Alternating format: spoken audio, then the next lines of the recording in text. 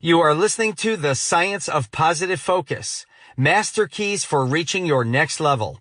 Written and narrated by Brian Tracy. Produced by Seminars on Demand. Duplicating or copying any part of this content in any form is strictly prohibited.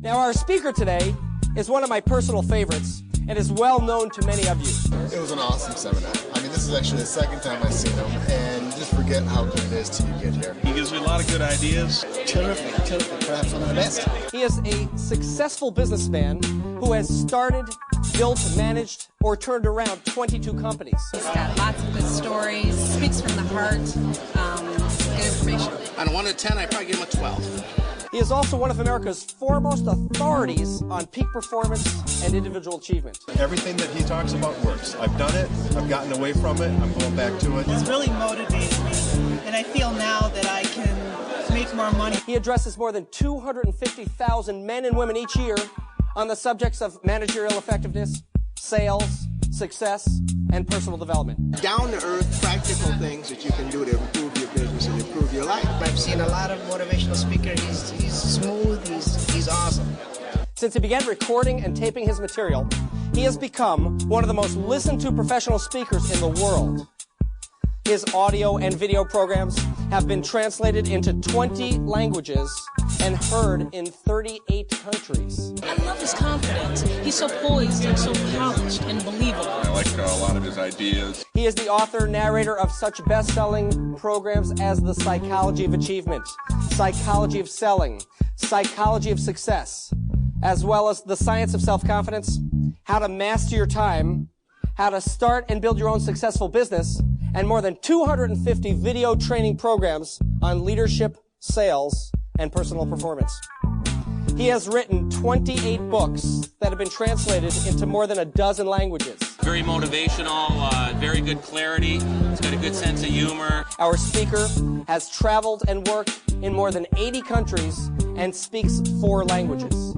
Absolutely brilliant. He touches on all the things that I wish I touch on every single day. Please help me welcome Mr. Brian Tracy.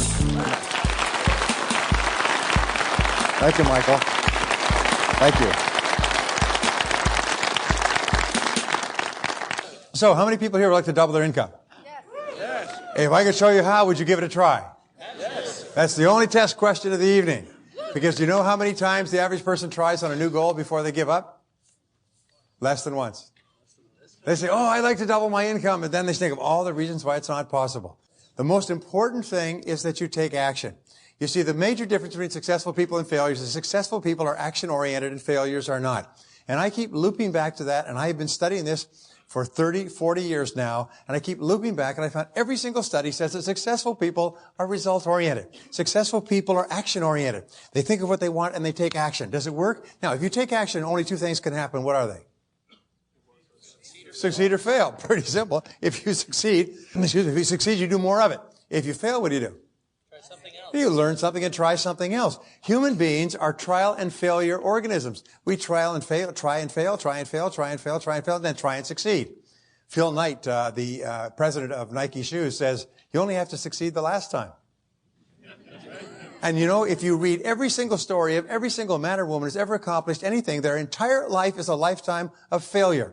It is failure, failure, failure, failure, failure, failure, outstanding success. Boy, wasn't he lucky. You'll find that successful people try far more things, and most of the things you try won't work. At least they won't work initially. So therefore, the thing is to keep trying, because you have a cybernetic organism or a mechanism built into your brain, which means every time you try anything, you learn something. You try something and you learn something, and you learn what works and you learn what doesn't work. So you find there's a direct relationship between the number of times you try and how likely it is you are to triumph. And so if you hear a good idea today, resolve to give it a try. And the faster you try it, the better. I was speaking to a man who's one of the richest men in the world today, started off basically selling soap from door to door. He's now worth billions of dollars.